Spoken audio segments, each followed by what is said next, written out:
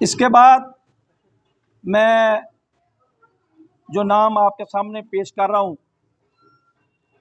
हमारे बहुत ही मुअज़्ज़ज़ दोस्त, हमारे भाई और सहाफ़त में बेबाक बग़ैर किसी खौफ व ख़तर वो अपने काम को सर अंजामते हैं और हर जगह पर उन्होंने सहाफ़त के लिए वर्किंग की है। जनरल सेक्रेटरी के लिए मेरी मुराद जनाब नवीद भट्ट अवैसी साहब, साहब से गुजारिश करूँगा कि वो नवीद भट्ट अवैसी साहब को हार पहनाकर उनसे इज़हार के मोहब्बत करें।